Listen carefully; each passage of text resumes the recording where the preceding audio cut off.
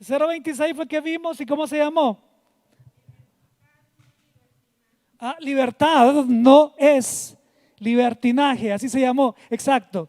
Y estuvimos hablando sobre que libertinaje es cuando uno se entrega sin freno a placeres, ya sea permitidos o no permitidos. O sea, ambos es malo. Entregarse desenfrenadamente a placeres permitidos y no permitidos, pues ni siquiera poquito debemos de entregarnos, ¿verdad? A ellos. Entonces, de eso se trató y estábamos hablando sobre el caso de dos personas, una pareja que prometieron vender un terreno, prometieron entregar todo el costo del terreno y terminaron solamente dando una parte. De eso se trató. Entonces la iglesia estaba comenzando, ya había sido plantada por el Espíritu Santo y estaba bien unida y todos estaban compartiendo todo lo que tenían. Si había un enfermo, todos se unían, oraban y era sano. Si había un problema, sucedían milagros. Si había una persona que estaba poseída por algún demonio, todos oraban y eran liberadas todas las personas. Y también en lo que es la pobreza, tampoco había ni una persona pobre, porque si había alguien que necesitaba, entre todos se unían y le guiaban para que pudiera él sobrevivir y ser muy sabio para administrar su plata, su dinero. Pero comenzaban con darle ayuda. Entonces se cuenta anterior a esta pareja una persona que vendió su terreno y él sí entregó todo lo que prometió, y eso los apóstoles lo repartieron entre todos los pobres. De eso se trató el tema anterior. Pero en este caso, en contraste, esta pareja hizo lo contrario. Ellos vendieron y se pusieron de acuerdo los dos. Ahí estaban equivocados, pero de acuerdo, pero muy equivocados. Y llegaron y Pedro los interpeló y les dijo: ¿qué pasó? ¿Que acaso era obligación que ustedes tendrían que haber dado ese costo? No, el terreno era de ustedes. Si ustedes hubieran querido, no lo hubieran vendido, no hubieran hecho nada. El hecho de que ustedes engañaron y están poniendo un precedente, va a venir el Espíritu Santo en este momento y va a aplicar corrección, les dijo. Y en ese momento, ¿qué pasó? Cayó el hombre y murió. Y unos jóvenes lo sacaron y dice ahí, bíblicamente dice, estamos en Hechos 5, ¿verdad? 5 del 1 al 11, el viernes pasado. Y ya saben qué pasó, se lo llevaron y lo enterraron. De ahí como a los minutos iba entrando la esposa y Pedro le pregunta: Zafira, ¿es verdad que vendieron su terreno y que costó tanto? Sí, no, claro, sí, eso fue lo que costó, le dijo. Le dije: ¿por qué estás mintiendo al Espíritu Santo? ¿Te pusiste de acuerdo con tu esposo? Le dijo: eso no puede suceder.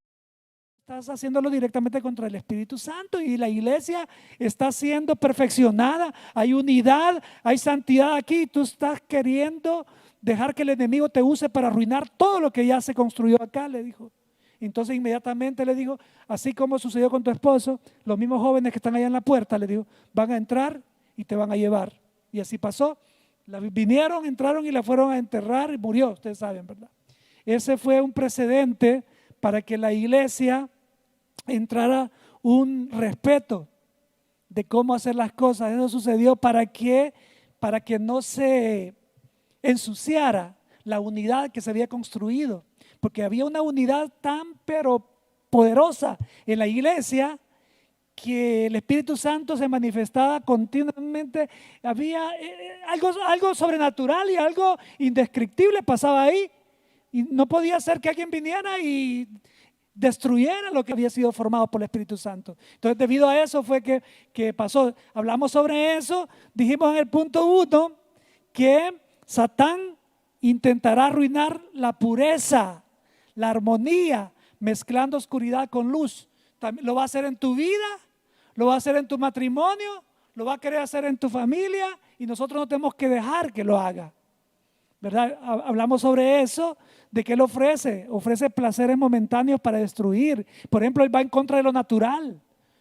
Dios creó todo natural y Él viene y lo tergiversa, lo hace antinatural.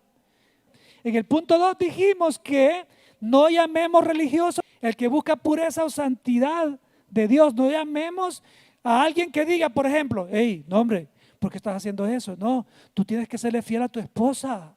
No puedes hacer eso. Y viene alguien ahí y te dice, no hombre, no seas religioso.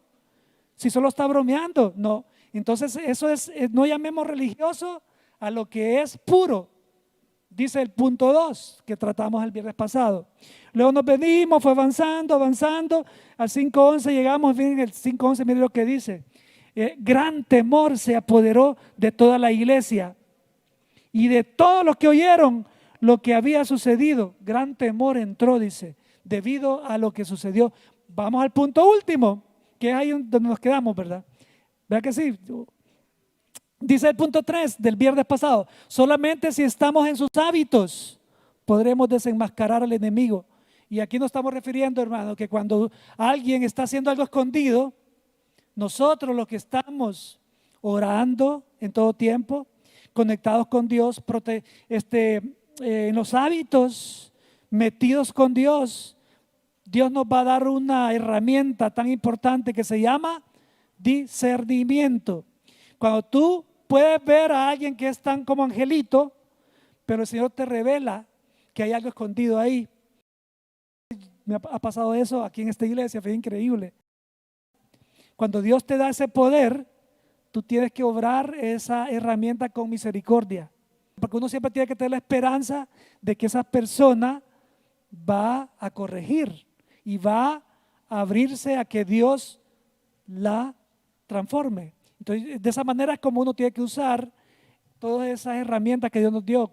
Esas son herramientas sobrenaturales, como por ejemplo discernimiento, que es ese arma, conocimiento sobrenatural, que es cuando uno puede exactamente saber lo que Dios quiere decirte en la palabra, te quiere decir a través de una experiencia, en una situación.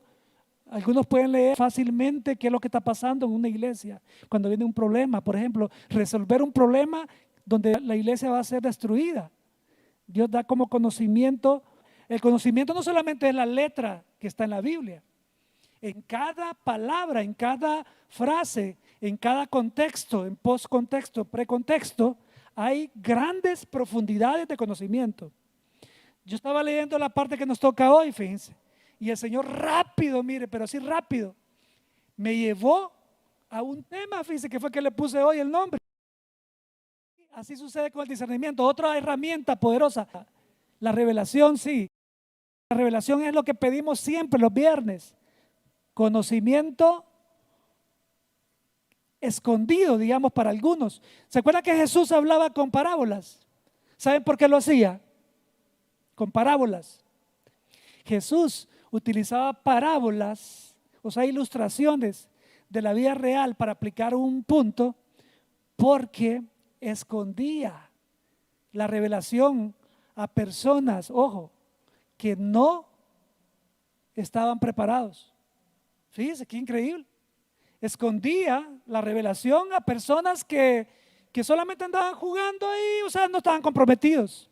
Y al final ni siquiera los discípulos entendían esas parábolas, porque los discípulos, ¿qué fue lo que quisiste decir, maestro? Y Jesús les decía, ok, vengan para acá, vengan. Y ya venía y se los explicaba con detalle, de una manera más clara. Y ahí donde ellos entendían. Pero el Señor siempre distribuye la revelación a personas que están humildes, buscándoles, sacrificándose, comprometidos, etcétera. Van a haber temas que personas que van a estar 60 años en la iglesia no van a entender nada. ¿Por qué? Porque de alguna manera no hay algo interno que no se ha compaginado con el corazón de Dios. Por eso que hay diferentes niveles de conocimiento. Aunque tú te metas a leer, yo conocí un mexicano erudito que se podía de memoria la Biblia, la citaba, la escribió, la reescribió, escribió comentarios y muy impresionante. Pero ¿saben qué? Él no era cristiano, no vivía la palabra, Fíjense cómo son las cosas. O sea, no está en saberse la palabra de memoria, tirar versículos, versículo para acá, versículo para allá, no está en eso. Es mucho más profundo. La revelación de cada parte en la palabra es algo sobrenatural y ese conocimiento sobrenatural. La sabiduría sobrenatural es aplicar el conocimiento sobrenatural en X problemas. Cuando viene un problema y tú de repente y aplicas y resuelves, es haber usado el conocimiento sobrenatural. Es casi lo mismo que lo natural, ¿verdad? Por ejemplo, los que hemos estudiado, aplicamos lo que estudiamos en la universidad. Entonces yo estoy aplicando conocimiento humano que estudié en años, en un momento X. Entonces lo sobrenatural es igual. Aplicar, si no leemos la Biblia, ¿cómo vamos a aplicar? ¿Cómo vamos a enfrentar los problemas? Por ejemplo, ¿cómo enfrentamos el divorcio? Cuando viene el divorcio o quiere haber ahí algo que quiere destruir nuestra familia, ¿cómo lo aplicamos? Si no leemos la Biblia no vamos a poder. Entonces, por eso tenemos que leer la Biblia y sincronizarla con nuestra vivir, nuestra relación con Dios, conectado con todo ello. Entonces, todas esas herramientas el Señor las da a todos nosotros cuando vivimos una relación. Cuando alguien está a medias, Dios no le va a dar herramientas. Dígame usted, a los soldados, ¿para qué les vamos a dar armas? ¿Para que vayan a pelear si no se están entrenando? ¿Ah? ¿Para qué se las vamos a dar? Entonces es igual como la lógica humana, podemos aplicar a la lógica en el área espiritual nosotros. El Señor le va a dar a alguien el poder de sanar enfermos, a alguien que está disponible, humilde a usar esa arma, ¿verdad? Ahí vamos. Entonces, pero volviendo al punto 3, solamente si estamos en sus hábitos podremos desenmascarar al enemigo. Y aquí específicamente se refiere a la herramienta de discernimiento, ¿verdad? Y un pastor debe tener discernimiento, porque entonces imagina usted, imagínense que entran aquí 80 cabritos disfrazados de oveja. Imagínense. O viene alguien a querer blasfemar de una manera escondida sobre la palabra, por ejemplo, y si un pastor no tiene de alguna manera una conexión directa con Dios en lo que son estas herramientas, yo creo que ya no estuviera la iglesia, ¿verdad? Entonces es tan importante todos esos detalles y sobre eso más o menos nos referimos, hermana Cruzita, el viernes. Leímos 1 Pedro 1:13 el viernes, que decía: así que preparen su mente para actuar y ejerciten el control propio. Pongan toda su esperanza en la salvación inmerecida, dice Pedro, que recibirán cuando Jesucristo sea revelado al mundo. Wow, Pedro va diciendo, o sea, no se la merecían, pero pónganla en práctica porque todo mundo se la dio, ¿verdad? En pocas palabras. Entonces, y más adelante Pedro vuelve y otra vez en el 14 dice: por lo tanto, vivan como hijos obedientes de Dios, no vuelvan atrás.